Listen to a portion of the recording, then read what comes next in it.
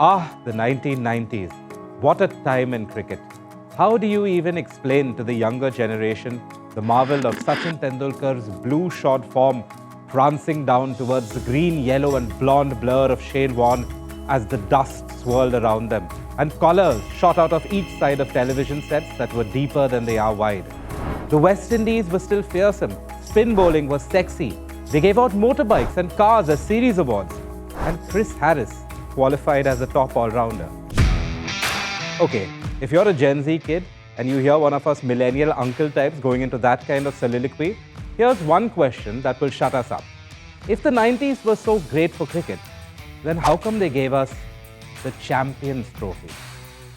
Because let's face it, this is a tournament that has had 3 different names, 4 different logos, and has had people asking all along, what exactly is it? If it's a mini World Cup, then how come it sometimes has as many teams as the actual World Cup? If it's an ICC event, then how did Pakistan beat India? If it's a high-stakes tournament, then how did South Africa manage to win a final?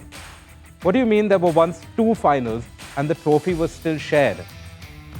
I'm going to try to explain all that. So let's go back to the start.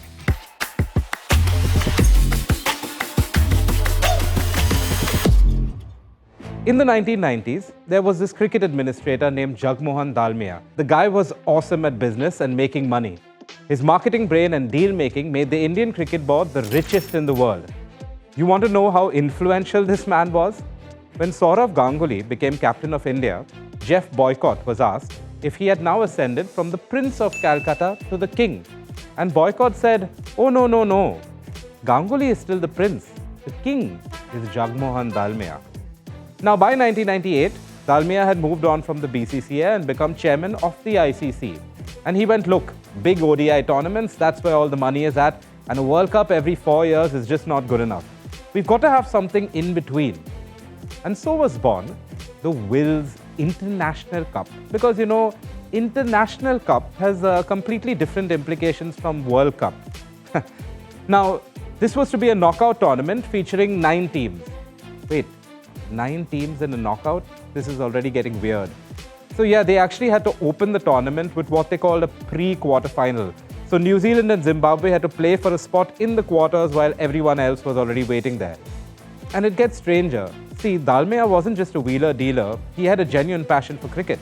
And he wanted to grow it beyond the 9 test teams. So the tournament was hosted in Bangladesh.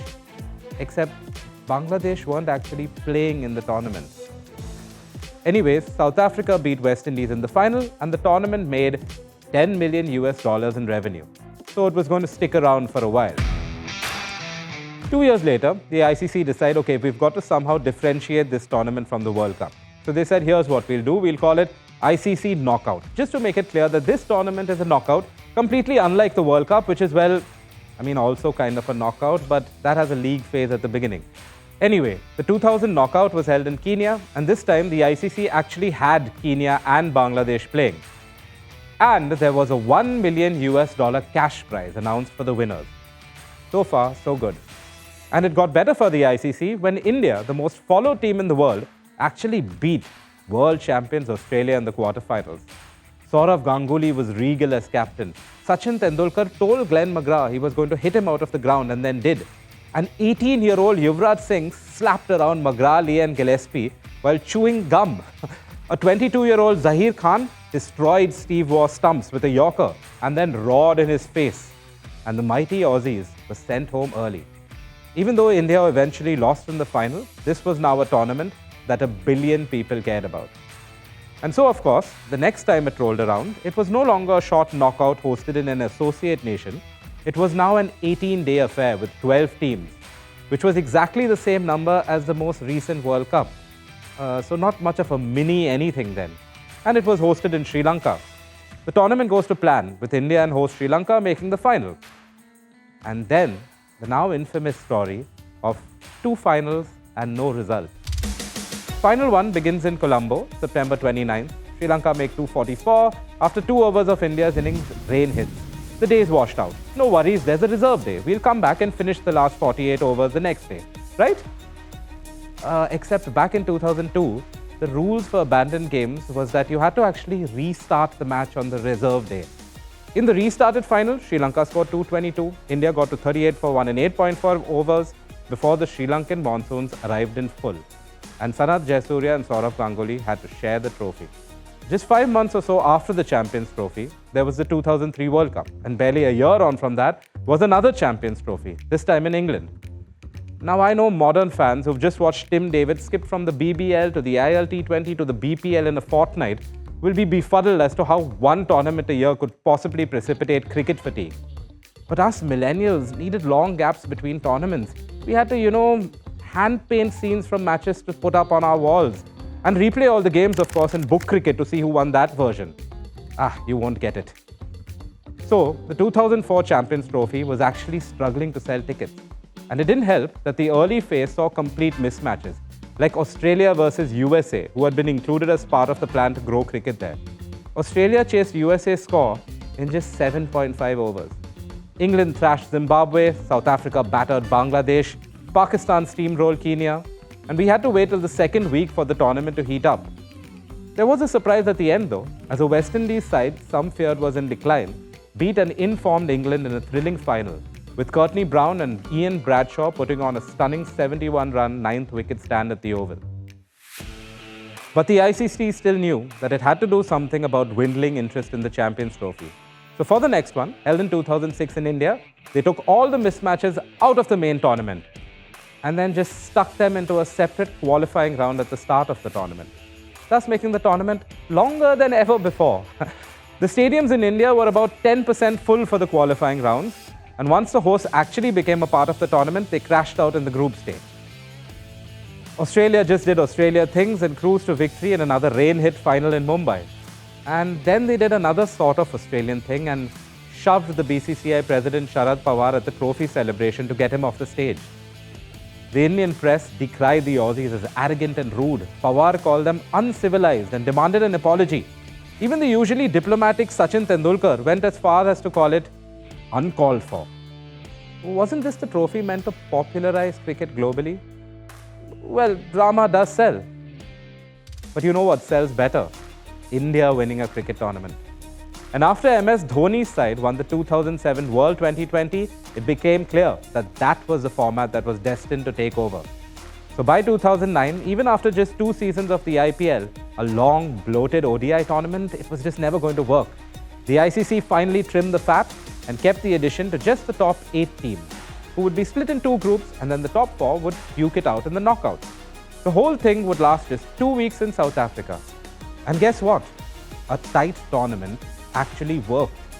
There was jeopardy in both groups. England got involved in more than one spirit of cricket debate. Pakistan were accused of intentionally underperforming by one of their ministers. India's players were accused by their board of not being hurt enough by their exit. And Australia eventually won the trophy and $4 million. This was cricket as we know it. And then, just as the Champions Trophy had finally found its feet, the ICC decided, the T20 World Cup is every 2 years now and we want to do a World Test Championship, so the Champions Trophy is going in the can.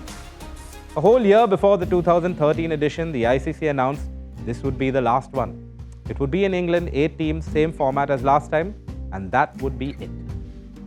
Except, just 10 days into the tournament, the thing was doing great numbers, both at the grounds and on TV. Turns out that if you have just the best teams playing each other and you can guarantee an India-Pakistan match and an England-Australia one, people will watch ODI cricket. And of course, it helps when India make the final, and that turns into a T20 because of the weather, which India win. The ICC head honchos had to be watching the famous white-jacketed celebrations thinking, hey, if we host this in England in June every 4 years, it's basically just another T20 World Cup. Let's keep it. And so they did. In 2017, the tournament was back in England with the same format. And the early storylines were as follows. It rained. And then it rained some more. But all of the early gloom surrounding the tournament was swiftly dispelled once the knockouts came and India and Pakistan qualified for the final. 400 million people watched on television as Fakhar Zaman, Mohammad Amir and Shadab Khan handed India a 180-run thrashing. Surely the tournament would stick around after this. Yeah, no. At this point, it had basically become a ritual for the ICC to host the Champions Trophy, go, yay, it was a success, and then meet soon after to go, yeah, we really don't have place for it in the calendar, so we should scrap it. And in 2019, they said, that's it. The Champions Trophy is out, the World Test Championship is in. And this time, we really did believe them. I mean, where was the time for another ODI tournament in the overflowing calendar?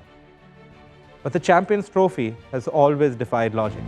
And so, in 2025, it's back, and with a new logo. And this time in Pakistan, the first major ODI trophy held outside the Big Three since the 2009 Champions Trophy. Except, of course, in true Champions Trophy fashion, it's not completely in Pakistan because India refused to travel there, and so in a last-minute decision, they are playing all their matches in Dubai. What does it mean to win the Champions Trophy in a time when there are already 2 World Cups for 2 different formats, a World Test Championship, a global T20 league, an international T20 league, the possibility of a return of the Champions League T20? Well, to that we say, what does cricket mean? This is a sport that's been around for more than 400 years and yet can't decide what the rules are, what equipment you're supposed to play it with, or even how long it is. And so, maybe the Champions Trophy is really the tournament that embodies cricket's best. It's back after promising it was gone forever. It's being played in 2 different places. No one knows where the final will be. But it could just entertain in the way only cricket can.